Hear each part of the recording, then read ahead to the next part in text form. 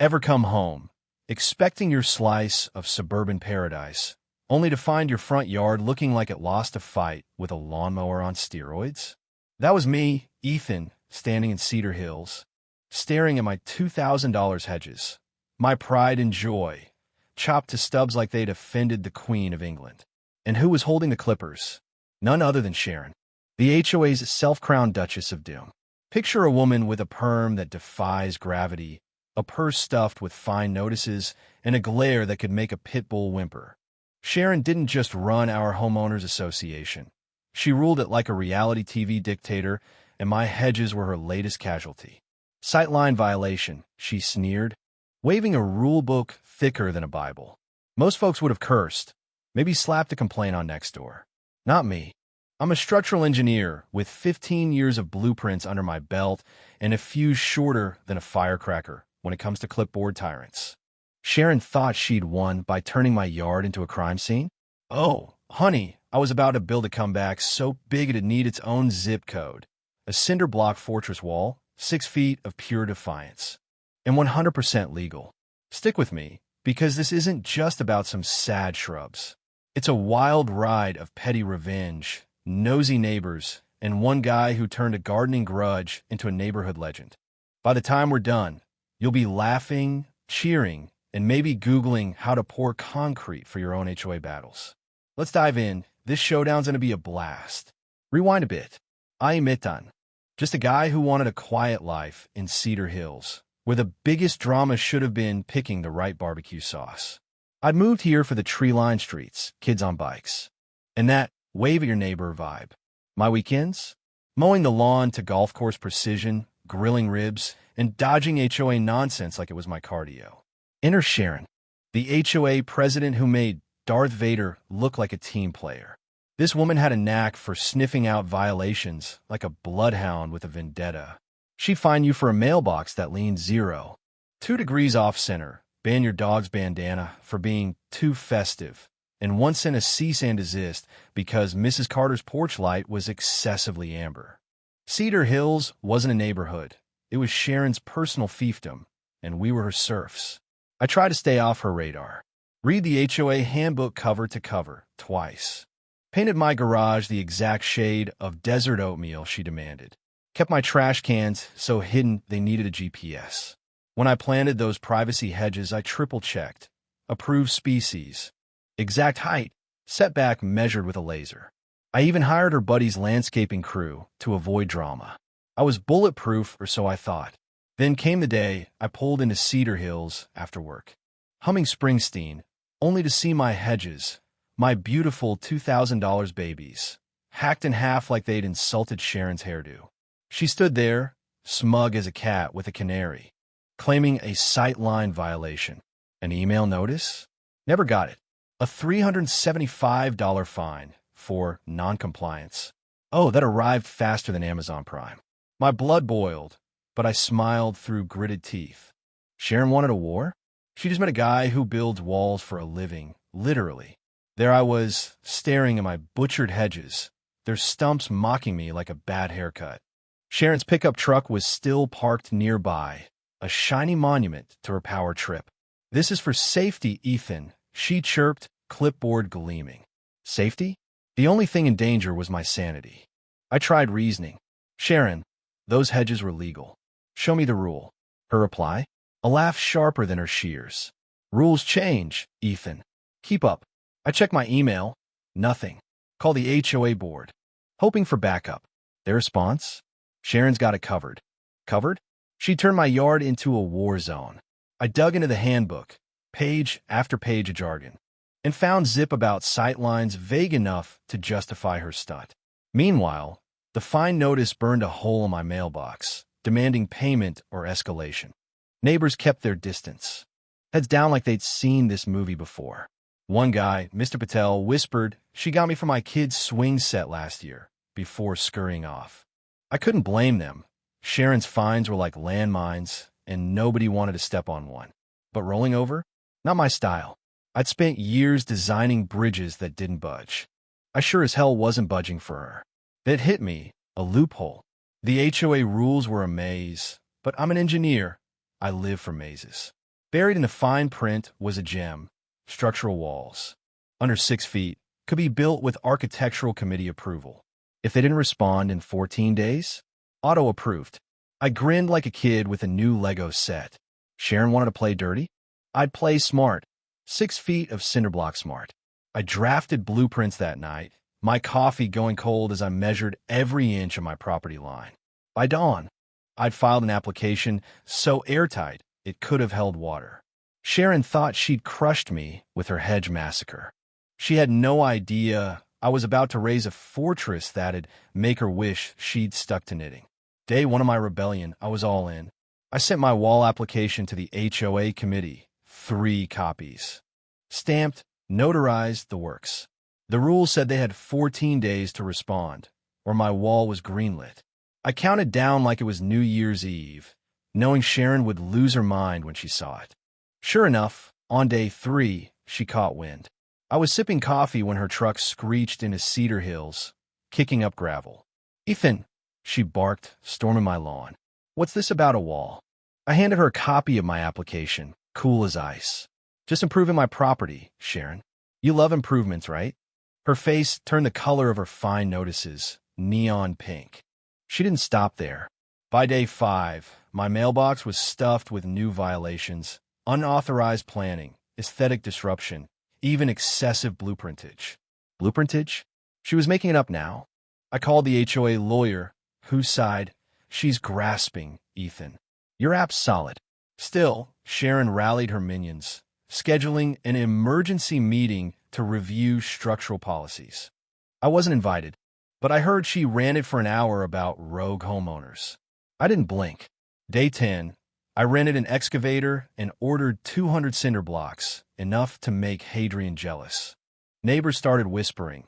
Some thought I'd snapped, others slipped me thumbs-ups. Mrs. Carter, the amberlight lady, brought me lemonade and hissed, "Stick it to her, Ethan." The vibe was shifting. Sharon's grip was slipping. Day 14 came and went. No committee response. Auto approval kicked in, and I was legally untouchable. That's when I cranked the excavator, digging a foundation trench along my property line. Sharon showed up mid-roar, waving her phone like a grenade. "This is illegal. I'll sue." I pointed to my permit, taped to a cinder block. "Take it up with the county, Sharon." She stormed off, muttering about lawyers, but I saw cracks in her armor. Her voice shook. The wall went up, block by block, gray and glorious. I wasn't just building a barrier. I was building a statement. Cedar Hills wasn't her playground anymore. Every thud of mortar felt like a middle finger to her rulebook. Sharon thought she could bully me into submission. She was about to learn what happens when you push a guy who knows how to pour concrete. By week 3, my wall was halfway done, a 6-foot beast hugging my property, solid as a bank vault. Cedar Hills turned into a circus. Neighbors parked lawn chairs across the street, snapping pics like I was building the Great Wall of Suburbia. Kids drew chalk castles on my sidewalk, dubbing me Fort Ethan. Even grumpy old Mr. Lopez, who never smiled, tossed me a beer and grunted, "Nice work, kid." Sharon? She was unraveling. She tried slamming me with a retroactive denial, claiming the committee missed my app. Too late. Rules are rules. And her own handbook bit her back. She called a town inspector, hoping to nail me for code violations. The guy walked my wall, whistled, and said, "This is pro-level masonry, man. You teaching classes?" Sharon's jaw dropped so fast, I swear I heard it crack. Then the tide turned big time. Neighbors started spilling dirt, not the gardening kind. Mrs. Carter admitted Sharon fined her $200 for a rogue tulip bed. Mr. Patel's swing set ban? A lie to force him to pay for review fees. The stories piled up. Banned birdhouses, wrong paint shades. Even a kid fined for flying a kite too high. Sharon wasn't just strict, she was a one-woman extortion racket, and my wall was the spark they needed to fight back. I turned my garage into a war room, sketching plans to finish the wall with a decorative cap, purely to rub it in. I also started digging into Sharon's HOA records, thanks to a tip from Linda, a board member sick of her reign. "Check the budget," Linda whispered, slipping me a USB drive. "She's sloppy." That drive was dynamite. but I'll save that for the fireworks. The turning point wasn't just the wall standing tall. It was Cedar Hills waking up. My fortress wasn't just mine. It was ours, a big, gray middle finger to Sharon's tyranny. She thought she'd squash me with her hedge stunt. Instead, she'd lit a fuse, and the explosion was coming. Sharon didn't go quietly. She went nuclear. With my wall nearing completion, she unleashed a blitz. Daily complaints to the county. Flyers calling my fortress a community hazard. Even a sob story on the local news about preserving Cedar Hills' charm. Charm? Lady, you banned kites. Her stunts backfired. Reporters sniffed around, and neighbors spilled more tea. The vibe was electric. Sharon was cornered, and she knew it. Her desperation peaked one night. My security cam pinged at 2 a.m., catching her sneaking across my lawn with a sledgehammer, eyeing my wall like it insulted her ancestors.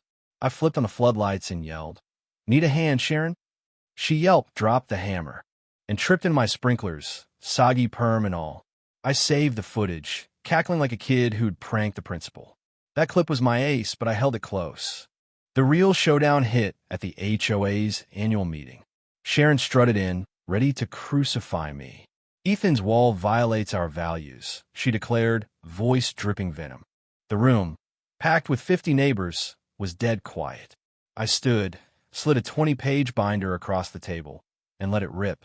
"Funny you mention values, Sharon. Care to explain $15,000 in consulting fees to your sister's LLC." Gasps echoed. I laid out the USB's gold, bank records, fake invoices, even an email where Sharon bragged about milking dues. She'd been skimming HOA funds for years, fountains, upgrades, all unpermitted, all shady. My wall wasn't the violation. Her greed was. Her face crumbled like a bad origami. "Lies," she sputtered.